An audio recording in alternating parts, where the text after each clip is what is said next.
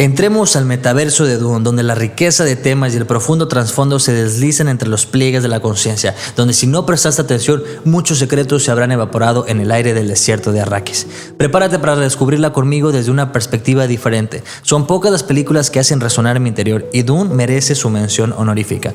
Más allá de la belleza de la producción de lo que es la nueva película Dune 2, si partimos del principio de que toda película o escenario de vida es un mundo de símbolos que nos ayudan a desbloquear nuestra mente y entender nuestra naturaleza humana, esta película agrega valor para el que sabe integrar.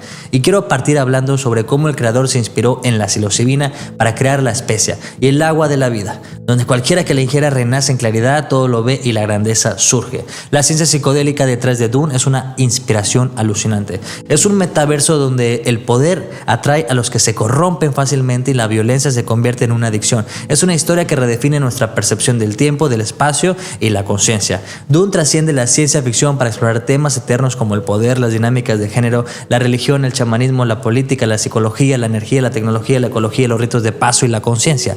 Pero en el corazón de esta narrativa se encuentra una sustancia muy mística. La especia, una alegoría de los hongos psicodélicos que expande la conciencia y es vital para el viaje espacial. Pero antes de seguir, hablemos por unos momentos sobre la especia o los hongos psicodélicos, la cual es una sustancia con múltiples y poderosas propiedades. Es central para la trama de la saga debido a sus efectos únicos y su importancia estratégica. La especia tiene varios propósitos clave, ya que es el núcleo de un cosmos en constante lucha por el control, donde dominar su suministro equivale a dominar el universo entero. Más que un mero recurso, esta sustancia milagrosa es un portal hacia la expansión de la mente, brindando a los usuarios la presciencia, una habilidad casi divina para vislumbrar los múltiples senderos del futuro que tiene una resonancia profunda con la naturaleza interconectada del micelio. Esta visión es esencial para los navegantes del espacio, quienes en la ausencia de tecnología computarizada dependen de ella para trazar rutas seguras a través del cosmos. Pero la especia ofrece mucho más que visiones del mañana. Promete la elusiva longevidad, convirtiendo a sus consumidores en prisioneros de su regalo de vida extendida. En este universo, la especia trasciende su papel como mero potenciador psíquico para convertirse en el centro sobre el cual se balancean la influencia, el poder y la espiritualidad. La especia es clave para el poder, pero también para el despertar espiritual y la profundidad de la conciencia, haciendo eco del eterno juego entre dominio y dependencia que define la esencia misma de Dune. Pocos están al tanto de la inspiración detrás de Dune, pero esto nació a través del profundo interés de Herbert por los alucinógenos y su dedicación al cultivo de hongos. La especia refleja sus propias experiencias con psilocibina. De hecho, Paul Stamets revela en su libro Mycelium Running aspectos fundamentales de Dune. En palabra de Paul Stamets, dice: Frank continuó diciéndome que mucho de la premisa de Dune, la especia mágica, las esporas que permitían la flexión del espacio, viajes alucinantes, los ojos de los Fremen, el azul de los hongos psilocibe y el misticismo de las guerreras espirituales femeninas de las Bene Gesserit, influenciadas por las historias de María Sabina y los cultos sagrados de hongo en México, provenía de su percepción del ciclo del fungi, donde su imaginación fue estimulada a través de sus experiencias personales. Y si quieres saber cómo entrelazar estas conexiones, te invito a ver el video completo y por qué esta película llegó en su momento adecuado. Herbert, inspirado por los hongos, ha creado la saga espacial más alucinante de nuestra era. Un punto interesante a destacar es la práctica de renacimiento para dar luz al poder. Lo que empieza por aparentes alucinaciones debido a la especia y el agua de la vida se convierten en el rito de paso clave para transformar lo que uno es. Cada persona lleva dentro su propio creador, esa energía de poder infinito, y cuando uno se acerca a la tecnología psicodélica guiado por un profesional, comúnmente no sabe de esta verdad. Mi trabajo es habilitar el creador que vive dentro de ti para que tenga la oportunidad de trabajar y realizarse. La forma en como Herbert describe la especia es una hermosa manera de conceptualizar la magnitud del poder de la psilocibina. En sus palabras, la especia prolonga la vida, la especia expande la conciencia, la especia es vital para el viaje espacial y a pesar de que profundamente en el inconsciente humano hay una necesidad pervasiva de un universo lógico que tenga sentido, el universo real siempre está un paso más allá de la lógica, la trasciende y en el centro está la especia influyendo el comportamiento de todos. En un mundo marcado por la desconexión y la búsqueda de propósito, Dune emerge como un faro de esperanza. Nos enseña que en la lucha contra nuestras propias identidades y en la búsqueda de significado hay lecciones trascendentales. La especia, más que un recurso para el viaje intergaláctico, es el agua de la vida que nos permite mirar dentro de nosotros mismos hacia nuestros pasados femeninos y masculinos. Así, tenemos una mayor comprensión mucho más profunda de nuestra existencia. Dune es realmente una invitación a la transformación. La especie es resguardada por los Fremen, pero saqueada por el capitalismo planetario, muy al estilo de lo que viven hoy en día los hongos, entre las tribus chamánicas y el mundo moderno. Y ahora quiero adentrarme un poco al chamanismo. El término chamán probablemente se deriva de la palabra Tungusu Manchuriana Saman, que literalmente significa aquel que sabe, aquel que ve. Este nombre refleja el gran respeto por el profundo conocimiento de la psique y de la naturaleza de la realidad que poseen los chamanes. Sin embargo, el concepto chamán fue encarnado en sanadores nativos siberianos y su uso de trajes ceremoniales, el tambor, el estado de trance y los viajes visionarios. En su sentido más amplio ha sido utilizado por una gran diversidad de sanadores nativos en diferentes partes del mundo, quienes son también conocidos popularmente como hombres medicina, curanderos, hechiceros o brujos. Sin embargo, una característica singular de los chamanes, a diferencia de los sanadores, es su uso de los estados alterados de conciencia para sanarse a sí mismos y a los demás. Aparte de su variedad de propósito, los chamanes tienen la reputación de ser capaces de diagnosticar, sanar, comunicarse con los mundos del más allá y utilizar la percepción extrasensorial para predecir el futuro. Sin embargo, algo que muy pocos saben es que el chamanismo está estrechamente relacionado con la muerte y el morir. La carrera de muchos chamanes inicia con un estado visionario espontáneo. Esta crisis de iniciación o enfermedad chamánica, como la llaman los antropólogos, suele adoptar la forma de una profunda experiencia de muerte y renacimiento psicoespiritual y representa un extraordinario entrenamiento experiencial para la muerte real. Muy al estilo de la reverenda madre Bene Gesserit y Paula Atreides, que por cierto me encanta la representación de la sombra a través de las Bene Gesserit, que no se basan en la esperanza, pero que planean en siglos, una conciencia que se transfiere entre sus diversos avatares manteniendo control oculto desde las sombras. Pero sigamos con el chamanismo y sobre estas crisis de iniciación que no siempre son espontáneas. Los chamanes de hecho inducen experiencias similares mediante el uso de poderosos modificadores de la mente, las experiencias psicodélicas. D.H. Lawrence, cuando habla sobre los ritos de paso a la muerte y el renacimiento como proceso de transformación, le pregunta al iniciado: ¿estás dispuesto a ser triturado, borrado, eliminado y convertido en nada? ¿A sumergirte en la locura y el olvido? Porque si no lo estás, nunca cambiarás realmente. Y aquí es cuando cada vez hace más sentido la frase de Abraham de Santa Clara: si tú mueres antes de morir, tú no mueres cuando mueres y descubres tu inmortalidad, tu poder. De hecho, estoy seguro que Brian Muraresco puede estar interesado o pudo haber estado interesado en Dune para crear su libro La llave de la inmortalidad. Pero también es importante mencionar, antes de cerrar este tema de la muerte, que la muerte no es extinguir tu luz, es apagar la lámpara porque ha llegado el amanecer y el viajero tiene que tocar todas las puertas ajenas para llegar a la suya. La muerte es la última puerta. Realmente esta es la saga espacial más alucinante de nuestra era. No es solo una historia sobre el futuro, es una exploración a los límites de nuestra mente y a reconectar con el núcleo de nuestra identidad.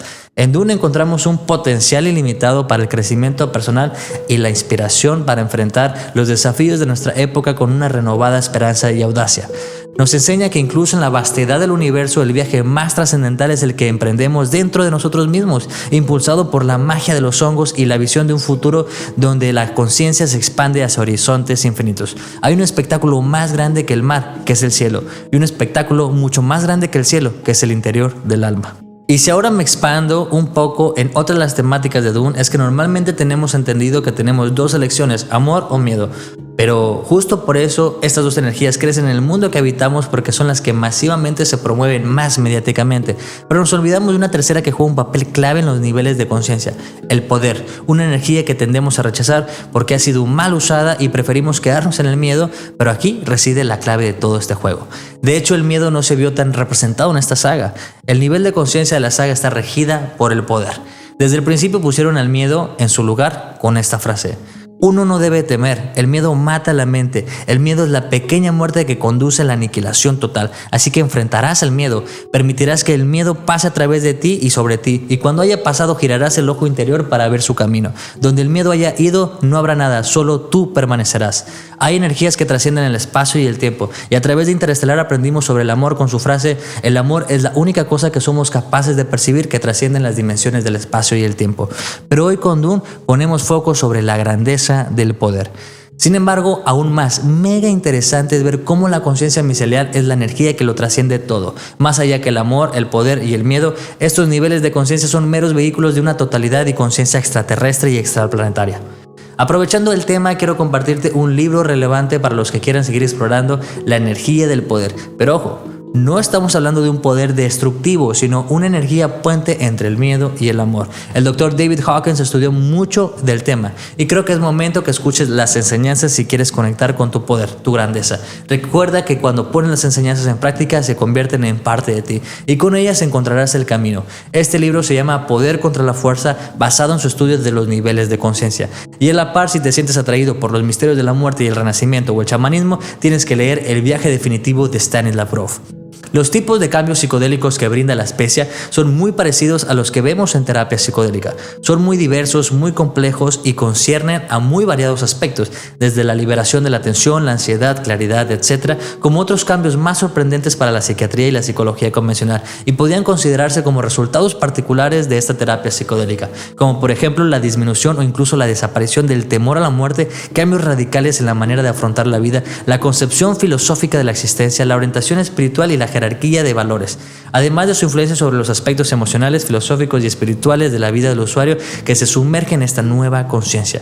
Claramente Dune tiene de protagonista un falso profeta que usa la fe por el beneficio propio, la energía del poder que se desvía del amor. Pero lo que quiero que te lleves es la conexión a esta energía, el poder, porque es la energía que te permitirá lograr los cambios que buscas, es la energía del héroe y del guerrero. Pero nunca olvides las palabras de Martin Luther King Jr. El poder sin amor es peligroso y abusivo, y el amor sin poder es sentimental y anémico. El poder en su mejor momento es amor implementando las demandas de la justicia, y la justicia en su mejor momento es el poder corrigiendo todo lo que se opone al amor. Cuando logres el equilibrio de estas fuerzas energéticas, encontrarás el pase a tu siguiente nivel. El poder domina este plano y cuando te desconectas de él, el resultado es el miedo. El miedo es solo la reacción ante la ausencia de amor y de poder. La conciencia de Herbert destaca también por su profundo análisis y crítica sobre el liderazgo y la naturaleza humana. Herbert exploró la tendencia humana a seguir ciegamente a líderes carismáticos, sumergiéndonos en las fallas de la burocracia y la necesidad de encontrar al salvador del sufrimiento humano, anhelando sentido y dirección. Esta exploración también se extiende a diferentes visiones sobre las posibilidades, la complejidad de la experiencia humana y el potencial humano, así como la naturaleza de la cordura y la locura. De hecho, Herbert tiene una influencia muy interesante del trabajo de Thomas Szasz y el movimiento antipsiquiatra. Szasz criticaba la manera en que la sociedad define la locura, argumentando que muchas veces lo que se considera como una enfermedad mental es simplemente una divergencia de la norma social aceptada. Herbert, a través de sus personajes y tramas, hace eco de estas ideas, cuestionando constantemente qué es lo que define a la cordura. Aunque en sus historias existen comportamientos claramente insanos y psicopatías, también hay personajes que presentan comportamientos o habilidades extraordinarias como la presciencia o la comunicación con formas de conciencias no humanas, los cuales son tratados de manera diferente según el contexto cultural, religioso y las percepciones de poder. Herbert utiliza la ciencia ficción como un medio para explorar estas ideas complejas, invitándonos a pensar más allá de las convenciones sociales y la superficialidad de la existencia para considerar las vastas posibilidades de la existencia humana. Por eso amé Dune y le dedico este video para expandir su conciencia que pone en la mesa, porque se convierte en un campo de pruebas para estas ideas donde los límites de la cordura y el poder y también el liderazgo se entrelazan en una narrativa que no solo busca entretener, sino también provocar una profunda reflexión en el observador sobre las estructuras sociales y personales que le dan forma a nuestra realidad cotidiana. Y para ir terminando, quisiera hablar también un poco más sobre Thomas Szasz, psiquiatra y académico húngaro-estadounidense, mejor conocido por sus críticas a la psiquiatría tradicional y por su libro El mito de la enfermedad mental, quien a lo largo de su carrera argumentó que la enfermedad mental es una metáfora para los problemas humanos en la vida y que las enfermedades mentales son conceptos para encapsularte en una caja. Szasz en su libro escribió: si hablas con Dios, estás rezando. Si Dios te habla, tienes esquizofrenia. Si los muertos te hablan, eres espiritista. Si hablas con los muertos, eres esquizofrénico. Entre los animales es comer o ser comido. Entre los seres humanos es definir o ser definido.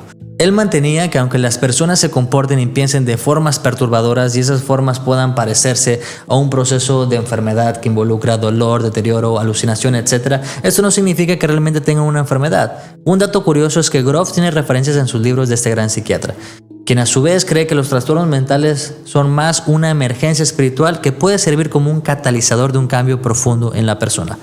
A través de su trabajo, Herbert y Sass invitan a una reflexión aún más profunda sobre cómo entendemos y tratamos a aquellos que viven experiencias que desafían las normas sociales, las famosas revelaciones, visiones, voces, etc. Esta invitación a reconsiderar nuestras concepciones de la enfermedad mental y la normalidad sigue siendo relevante hoy en día, más cuando hablamos de experiencias psicodélicas, alentando un diálogo continuo sobre la diversidad de la experiencia humana y la importancia de la empatía y el entendimiento. Me siento completamente inspirado por esta gran saga. De verdad que la literatura y el cine pueden ser más que un escapismo, pueden ser catalizadores para el cambio personal y la comprensión profunda del poder de la conciencia.